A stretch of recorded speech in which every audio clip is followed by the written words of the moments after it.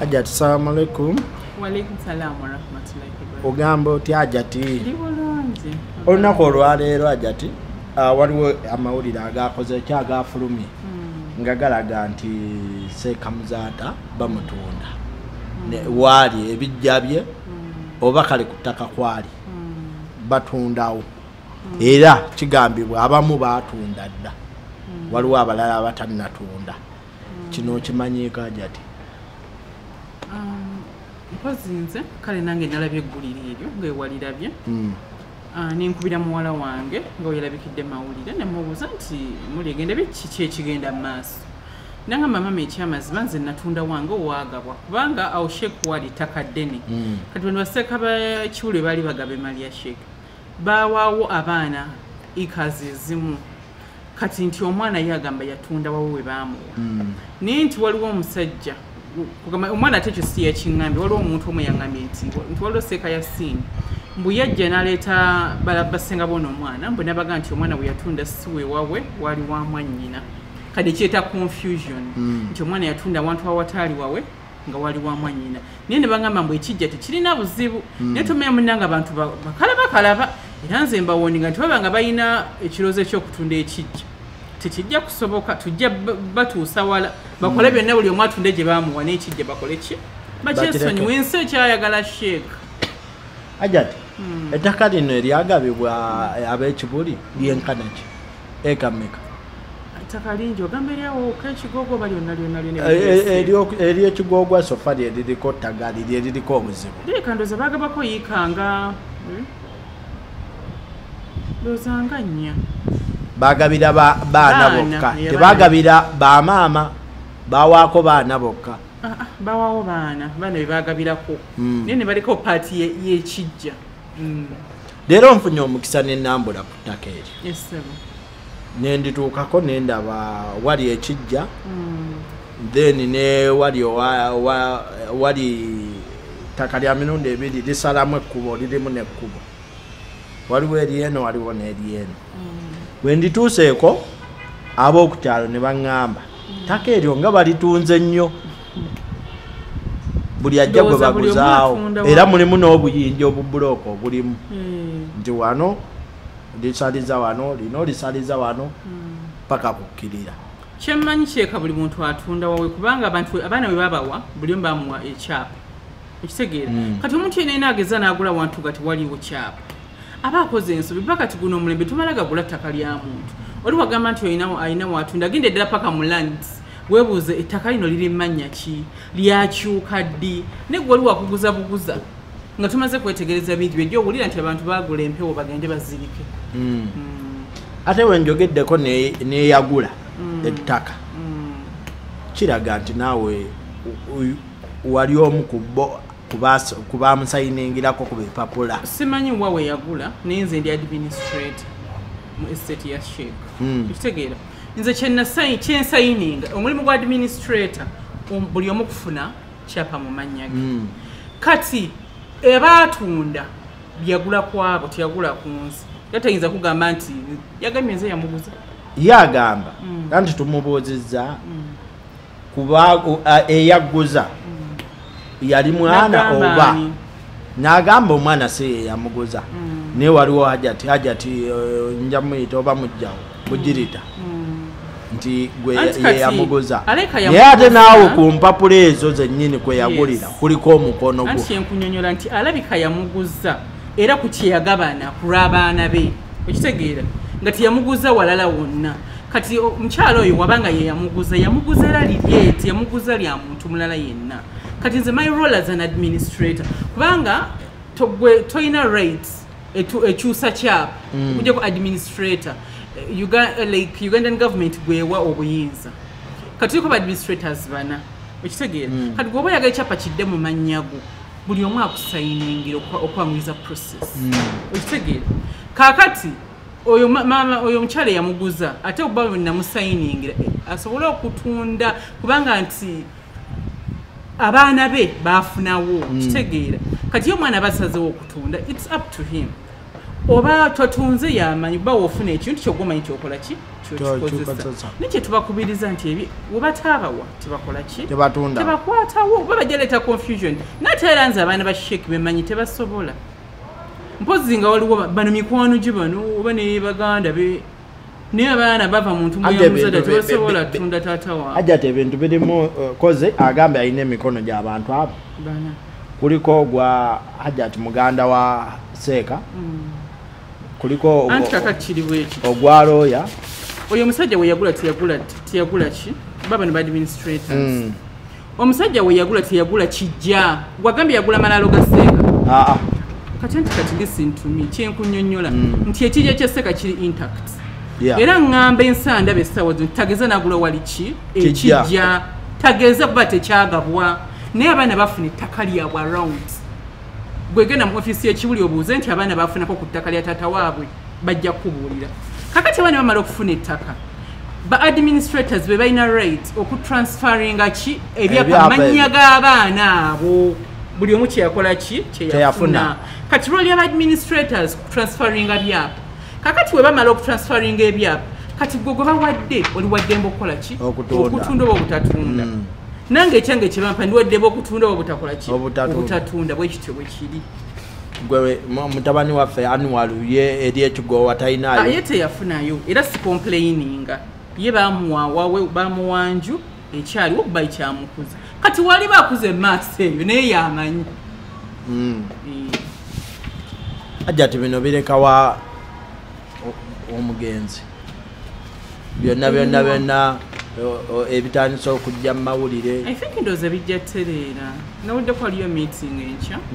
bijja kutereera ndowooza bajja kutuula meeting beetereza I think waliwo miss oba communication mbwone yagamba nti omuwala we yatunze si weewawe bwe waleetamba obuzibu naye nga bijja kutereera naye ngaekirungi nabo bakirabyeko wabaga badde balina ekirowoozo nti bayinza okutunda ekijja niyo balabyeko ensi wekikutteko pozi nga baagala migo okuva mu bantu tekijja kusooka tunda kijja kya Sheikh njogeddeko n'omuwala eyatunze ye agamba omuwala teyatunze kijja yatunze wawe ye agamba nze natunze wange naye nange kyennwanirira baleme kutunda wali ekijja kya muzeeyi era kyekugambye nti abaana abava mu ntumbo ya Sheikh tebasobola tunda taata waabwe era eggulu eryabukedde lyakubye amawulire makyamu bagega bebawagambye mbu omwana yatunze taata we omwana tasobola tunda taata we oba mulimu omwana simuwolereza omwana sinze muzaala naye nze njogera mazima tinze abaana abange Sheikh be yazaala tekuli asobola tunda taata we oba mulimu abamulwanyisa baganda be nga be bamulwanyisa abaana ensi eritunuulidde lwaki temuliteekako caveat engeri gwe gyoli administrator era tugenda tuteekako caveat bino kasita bitandise kitegeera kubanga muna ebintu bitandikanga ebyokusaaga nga birina gye biraga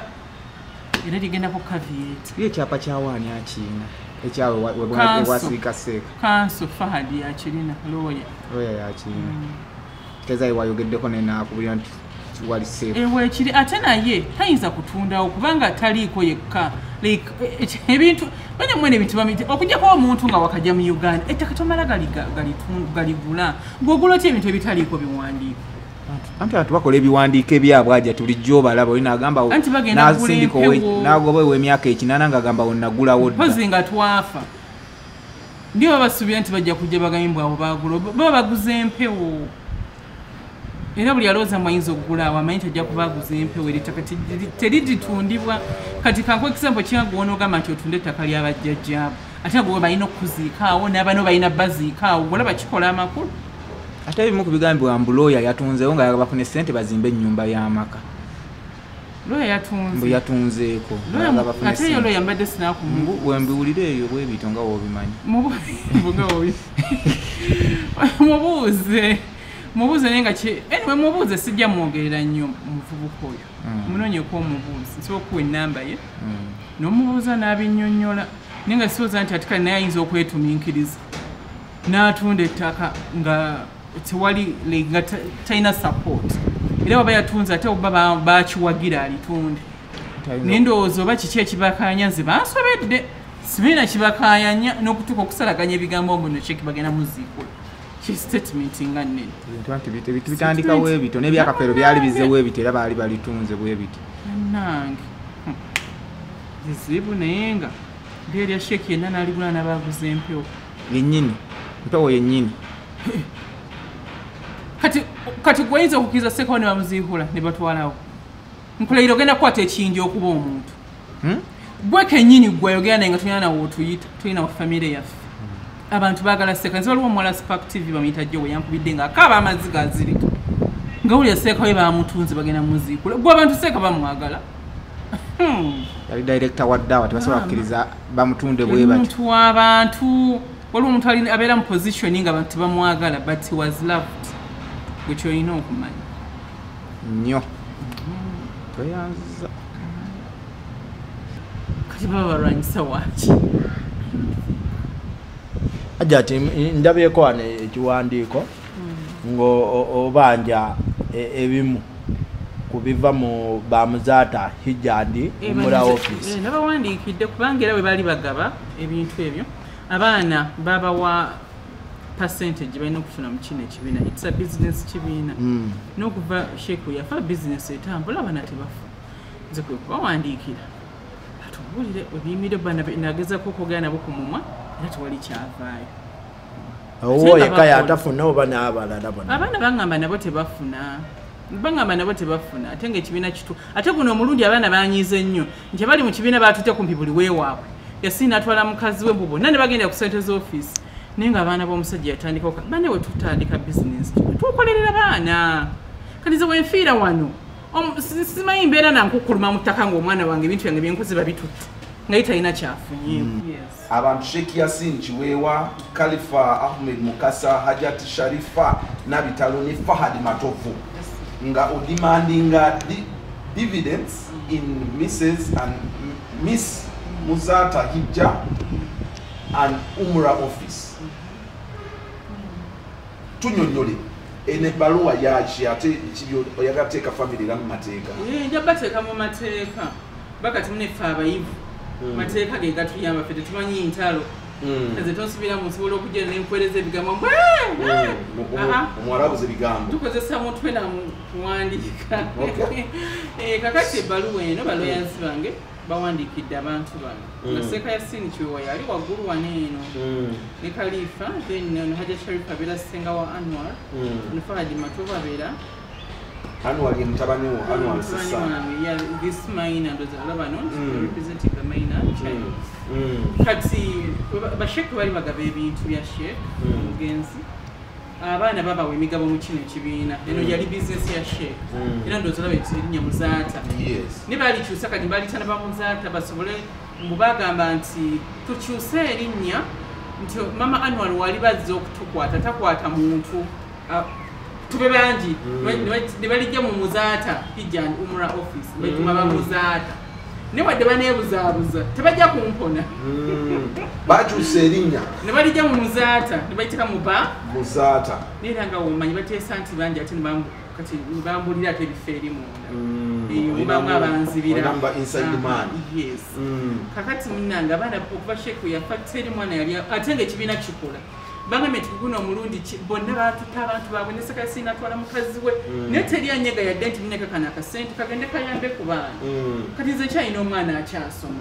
naye tibampa kasente kati bakaleete kubanga nabo tubabalekera bisi osuubiranga kenkana kyakasente newekaba katono nagulamu ekala newekaba katono yeah kubanga sigama sirina busobozi ne is entitled. Yes. So this is to demand that he pay our client dividends to his mother account number n'ogiteekawo sente meka z'osuubira zonna ezinabazivuddeyo kati no tukolera lwa mutabani wekka oba bonna abaana ba Muzaata nze ndi omuntu arepresentinga abaana abo maama waabwe nabo bennyini kati nze mpandiikise ku lwa mwana wange era nasibye school fees bazeke kwene ennamba the 10%. Yes. Kati nze simanyi oba ye bugiri tajjayo ezize tomutuuzaako ne mugambo waayise kitya kale simuwuliza nnyo singa wuliza baana babaana gye mikwano gyange naye nga omukyala singa kati abaana bagamba bati teri kasana teri kavaayo tena tebawuliza naye nga mpandiike before Sheikh is dead sente zaali zingi ekolera ddala twawangala tuli bulungi nnyo so nga nvuga ziri emmotoka ezamalayo Kanyamula chocolate nze nokuva ku muti. Mwana nga woleka enseno kukyuka. Okay. Hey. So kino kiri mu court already. So is it too much for Shay wakikulika nawe? Ate nawumula kyanga omwana w'essimusanyu. Ukakule wofa abana bane basigala nga tibali bulungi toyinza wumula. Kikola tuba twagala nnyo Allah n'atutanga abana ffe tumaze obbagusa. Ne munnanga ate toyinza kumanya. Toyinza kusanyuka kati nze neefiira wano siyinza kutereerayo ng'omwana wange tali bulungi. Kale nze kyenkubiriza abantu abo babeere n'ekisa bateri abagaana kukola ne bakola obuvunaanyizibwa nti kakati nga bwe tukoze n'abaana katubaweeko omugabo gwabwe fena tufunire wamu terejja bayingira bayithawe kati nze tosibe nti bamirimu gyange Was it Shay a signature on any of her accounts? Shay? Which account? Is ekibiina. He was. So who stood in his place?